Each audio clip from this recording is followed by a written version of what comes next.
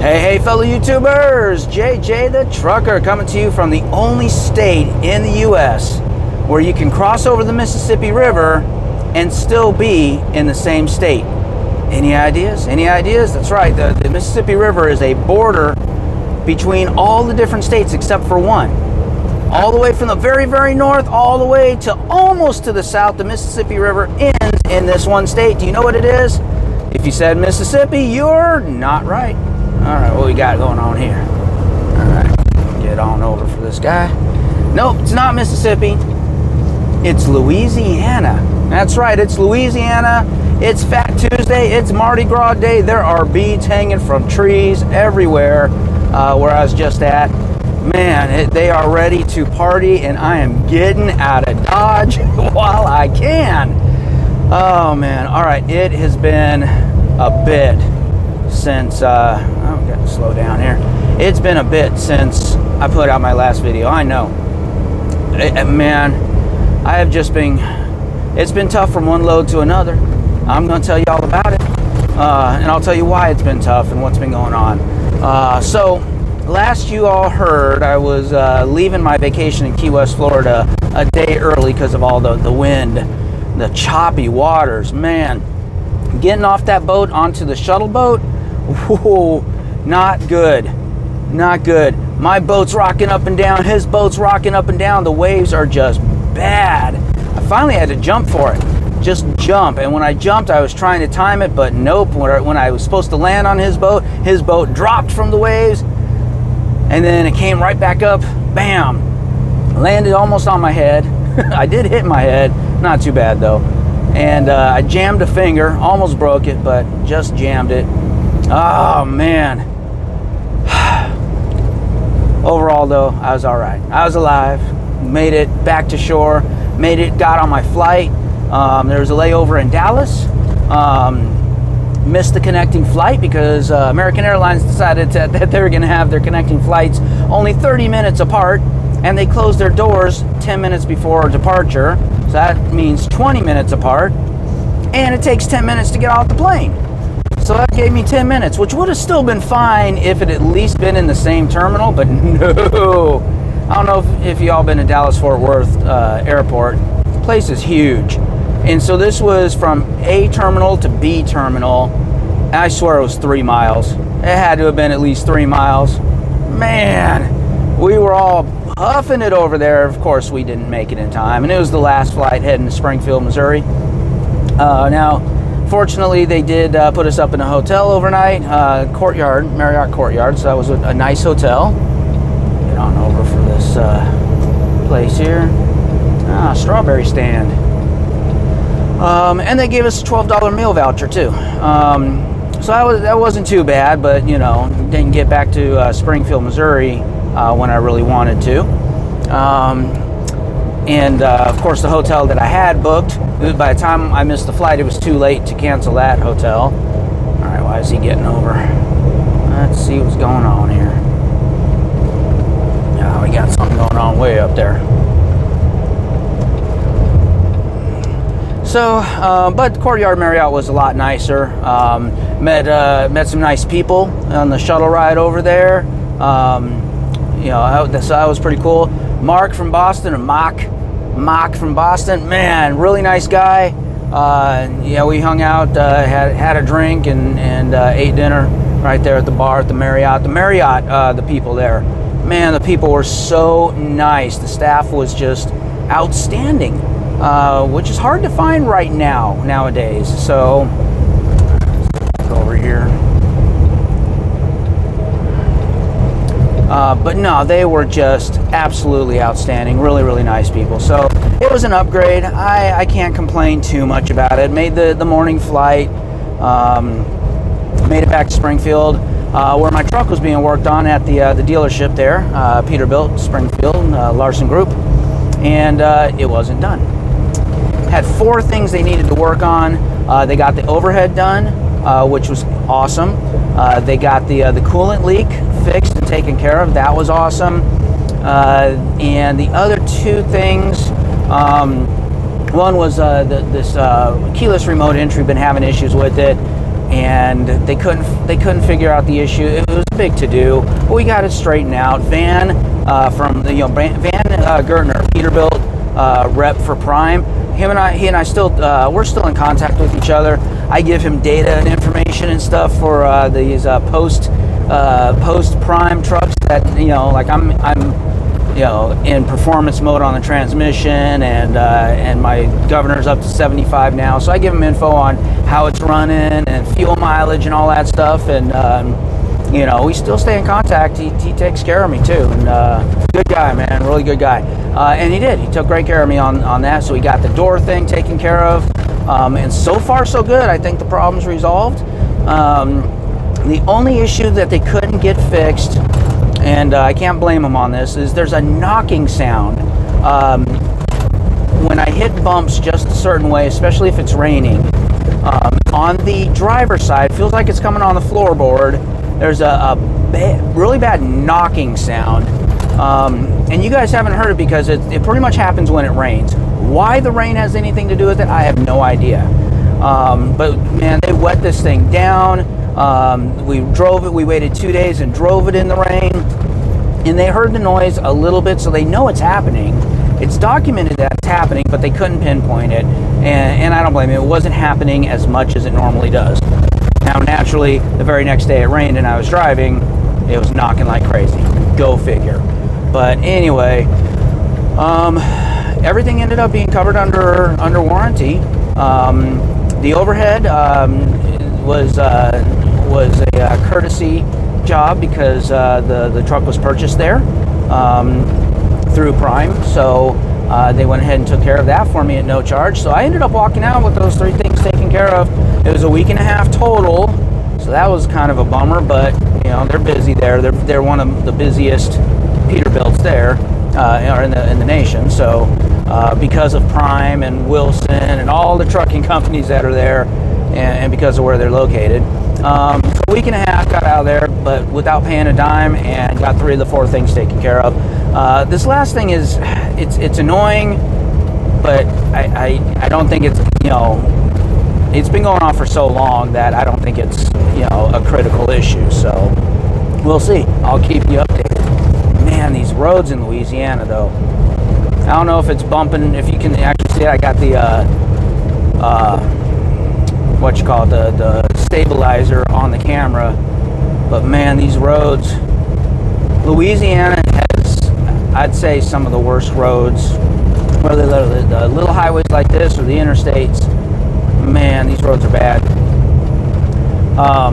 So sorry for anybody who lives in Louisiana.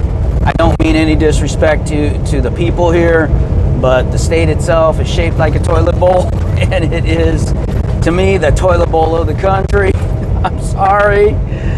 Oh man. Hey, why is my subscriber count going down? No, come back. I'm sorry, I didn't mean it. Oh man. So where have I been since all this though? Well, it's been tough getting loads for a few reasons here. Number one reason is because I started out in Springfield, which for Landstar is not a good place to be, because all the customers, all the facilities in Springfield are all, going to be taken by, those that are local, the Primes, the Wilsons, the other companies that are out there. They've got that whole area wrapped up. It makes sense, right?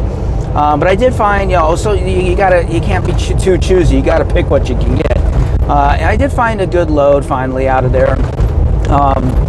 It was going to Roseville, California, and going to California, rates are usually pretty low, but coming out, rates are really good. Well, this rate was pretty good going into California, all things considering. I was like, I can get out of California nice and easy, and if I happen to swing by, get to Southern California, even better, and go visit Grandma. That didn't happen, but what I didn't realize or remember, and I should have, this is going to come with experience. Man, this guy's slowing way down. I'm going to go ahead and pass him. He's going slower than the speed limit. Alright. So what I didn't remember is Roseville is farm country, and this is not farm season. It's February.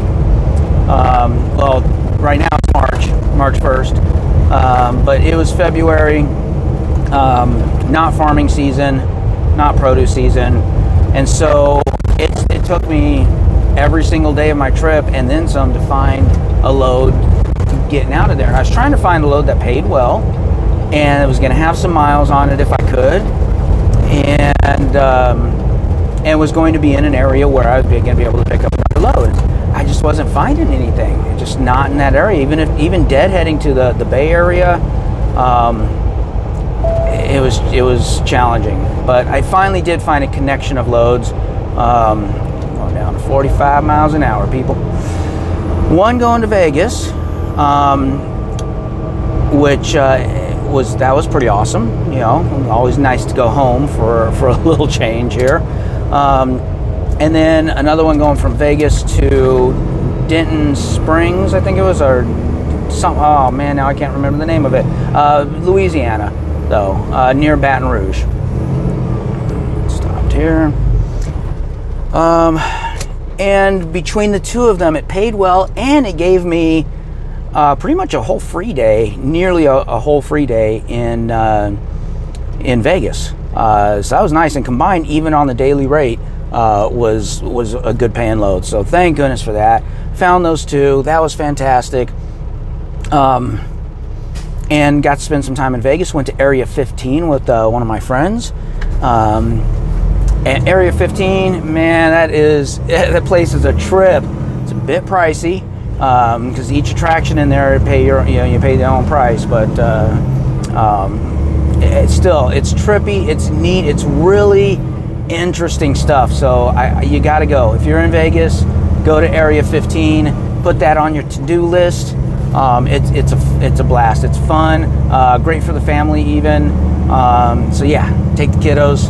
And after 10 o'clock, it becomes adults only. So, but yeah, I had a great time there. And then taking off to Louisiana. And that whole time in Louisiana, trying to find my next load now out of Louisiana. What am I going to do? Well, the same agency had another load going to Odessa, Texas. I'm like, okay, I know Odessa. I've heard that name before. I'm sure I've delivered there or picked up there something. You know, I've been to Odessa. You know, everybody knows Odessa, right? Well, after I booked this load and I started looking for loads out of Odessa, I'm like, what in the... Okay, no, I've never been to Odessa. There's nothing. It's a freight dead zone. Like, dead zone. Nothing coming out of Odessa. Nothing at a good rate. I mean, there were some things at really like Florida rates, less than Florida rates, coming out of this town. I'm like, so where do I know this town from? Where do I know Odessa, Texas from? And then it dawned on me. Remember that TV show Heroes? Hold on. Yeah, that TV show Heroes was based out of that small, tiny little town of Odessa, Texas. I should have known better. But again, experience. Gotta get my experience. And so now I know. Don't take freight into Odessa, Texas, unless you have an exit strategy, which I didn't. So I've been looking every day, every minute for a decent load coming out of Odessa. I was patient. I waited and waited and waited. Finally, I was like, there's nothing. I'm going to have to deadhead somewhere. So I started looking in Dallas, which is about 5.5 hours away. But found a really good load coming out of Dallas, the Dallas area, and that's going to work. That's going to work out perfectly fine. It covers the deadhead miles. It's a really good rate. So yeah, whew. So that's what's going on. Man, finally I get a breather. I don't have to look for another load now for a few days. What a relief. What a relief.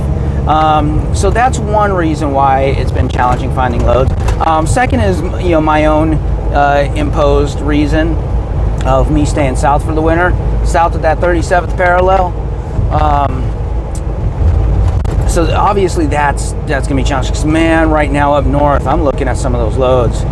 Pacific Northwest is where the money is at, going to and from.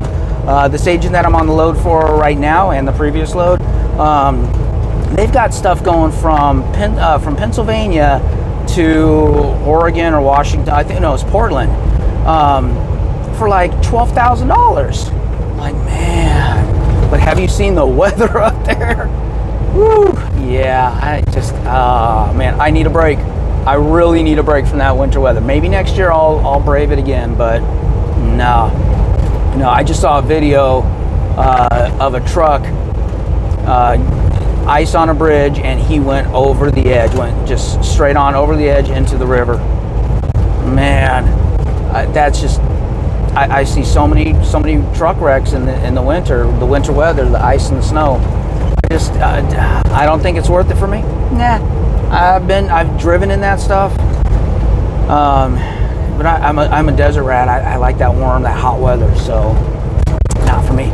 Anyway, but yeah, a lot of restrictions there. And then we've got this mess going on in Ukraine, and a lot of the Landstar agents are based in the Ukraine. I mean, let's face it, if you're just they're generally not the direct shippers, they're the indirect shippers, the ones that are just taking loads off the public load boards and reposting them onto the Landstar load boards. So they're kind of acting as a broker more than anything, not really an agent. And so I generally don't use those guys anyway unless I need to, unless I'm desperate. But all the people who have been using them and who do have a lot of luck using them, I've talked to a number of agents or a number of BCOs that have had good luck using guys like that. Well, now those loads aren't available to them, so they're taking these other loads now, obviously. So the load count on the Landstar load boards has shrunk significantly because of this Ukraine stuff. So that's been a challenge as well. It's been overcomable, so that's good. I'm still making good money. These loads that that's the other thing, I am picky when it comes to money. If the load isn't paying well, it's not to say I'm not going to take a load that doesn't pay well if I have to, but I'll keep looking. If I've got the time, I'll keep looking. And I'm not making this delivery in Odessa until tomorrow, and so I was prepared to just keep looking all the way until tomorrow before I get desperate. So anyways, that's what it is. And now you're caught up on the life of JJ the Trucker. Man, whew. I think that's pretty much all I got going on. I've had some people honking at me on the highways and waving to me, going, "Hey, JJ the Trucker!" So I always appreciate that. Keep that up. But if you do that, make sure you throw a comment in on YouTube so I know who you are. Which 2 out of the 3 definitely did, but there's one out there. You honked at me, you waved, you were in a truck, a semi truck, and I could tell you were a fan, but I didn't get your comment. Anyways, throw that in there. I appreciate it, man. Anyways, so that's pretty much it. It's a nice short video. You got caught up on everything I got going on. I don't really have anything else to say other than take care, be safe up there, especially if you're in the north in this bad weather. This is some terrible weather. Just be safe, take it easy, take it slow, don't drive in that ice. Just if it's ice, just shut it down. Ain't no load worth it. I mean, it's your truck, it's your career, especially right now. Okay, all right, I'm not gonna wrap this up yet. Trucks are ridiculously expensive and hard to get right now, okay, because of the Rona. Still, this truck that I'm in right now, $160,000 with the APU, okay. Brand new trucks right now from the dealerships, $210,000 without an APU. They're putting a $60,000 upcharge on these things because of low stock levels. Well, how does that affect me? Well, number one, if I get in a wreck, if something happens to this truck and it gets totaled and I need another truck, good luck to me. Yeah, that's not going to be easy to do. Companies have stopped hiring. I heard a rumor, this is unverified, I heard that Prime stopped hiring because they can't get trucks. I do know that they were having issues getting trucks, and they had stopped the Ace 2 leases. So I do know that they had stopped all new truck orders for the Ace 2 leases for the owner ops. So I do know that, but I heard the rumor that they had stopped hiring completely. I don't know if that's true. But yeah, so these companies are trying to get trucks. They're just not making them fast enough right now. So the demand is really, really high. So yeah, if I wreck my truck, total it, or it's going to be out for a long time, that's my career. Literally down the toilet. I mean, I can survive for a little bit, but I can't afford a $210,000 truck.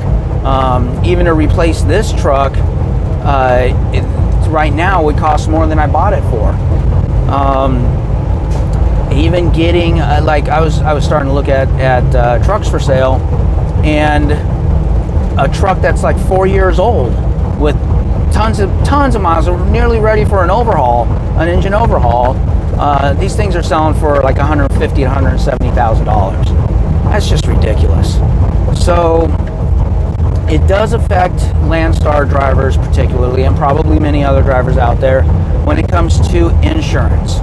So Landstar goes through a company called Gallagher for the insurance, and the way Gallagher works is you have to value your own truck as a replacement value. So if something happens to it and it's totaled, and they total it out, they're going to give you the replacement value based on what you say it is, what you say it's worth, at the most, I should say.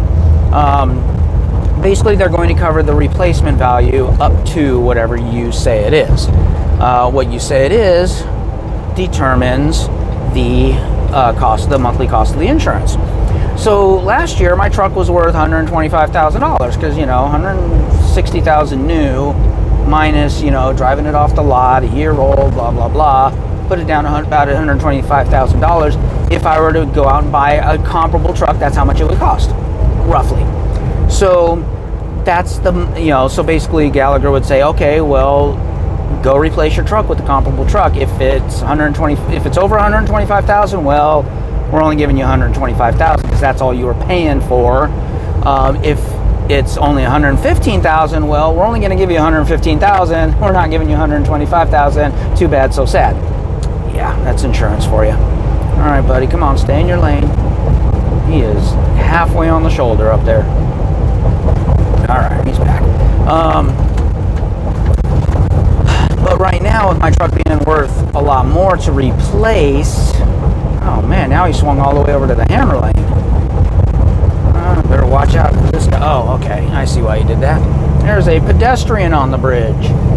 Not supposed to be on the bridge, buddy. So anyways, I had to call Gallagher and increase my premium, tell him my truck was worth $160,000, which honestly I still don't even know if that's the replacement value, because there's really no trucks of my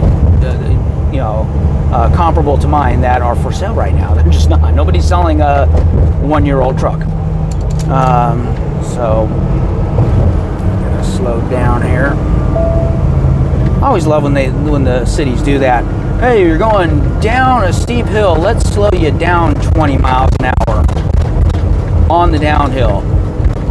At least this one didn't come with a sign that said no engine brakes. That's just like, come on. You're just setting us up for failure. Anyways, so now I'm paying $150 more a month for my insurance. But again, if something happens to my truck, I'll be okay. If they were only giving me $125,000, then I'd be stuck with a much worse truck. If I could even get one, again. So be safe up there. Don't drive in the ice. That was the whole point of this conversation. It's not worth it. Just one little slip. You can't control your truck when you're on the ice. The ice controls you. And that's all it takes. One quick little slip and boom, you're done. Your career could be done. Your life could be done. Somebody else's life could be done. It's so not worth it to me. Absolutely 100% not worth it to me. I will never drive on ice.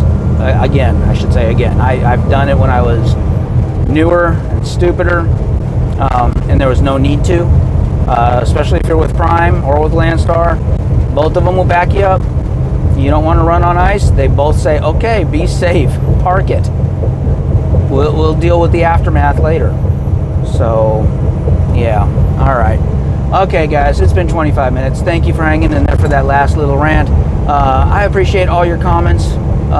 Definitely do. Whether I still do read them all. Believe it or not, I read them all. So you will either get a heart and a thumbs up, or a reply from me, or both. So yeah, I love your comments. Appreciate it. Keep them coming, guys. And I will talk to you on the next video. Laters.